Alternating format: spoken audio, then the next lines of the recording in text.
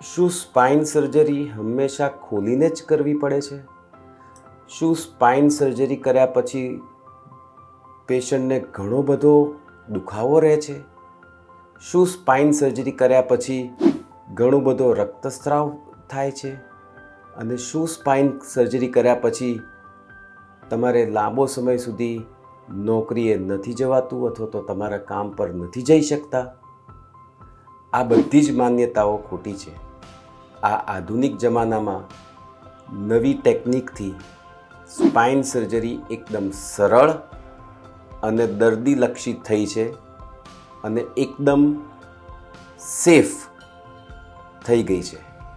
ખાસ કરીને આ જમાનાની અંદર જ્યારે દૂરબીનથી majority of the spine surgeries થઈ શકે છે, જેમાં ફક્ત 8 કે 10 મિલીમીટરનો નાનો કાપો આવે છે, પેશન્ટને ખૂબ જ ઓછું દર્દ થાય છે, પેશન્ટ ઓપરેશન પછી તરત ચાલી શકે છે અને પેશન્ટને કોઈ પણ જાતનું લોહી ચડાવવાની જરૂર નથી હોતી.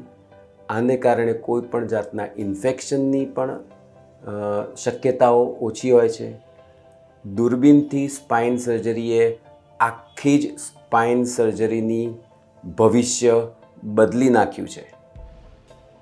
જે પહેલાંની માન્યતાઓ હતી કે સ્પાઇન સર્જરી એટલે લાંબો કાપો આવે, એના કરતાં સાવ જ વિરુદ્ધ અત્યારે સ્પાઇન સર્જરીમાં ફક્ત નાના ચીરાથી, નાના કાપાથી બધી જ જાતની સ્પાઇન સર્જરી સંભવ છે અને આ જ આપણું સ્પાઇન સર્જરીનું ભવિષ્ય છે.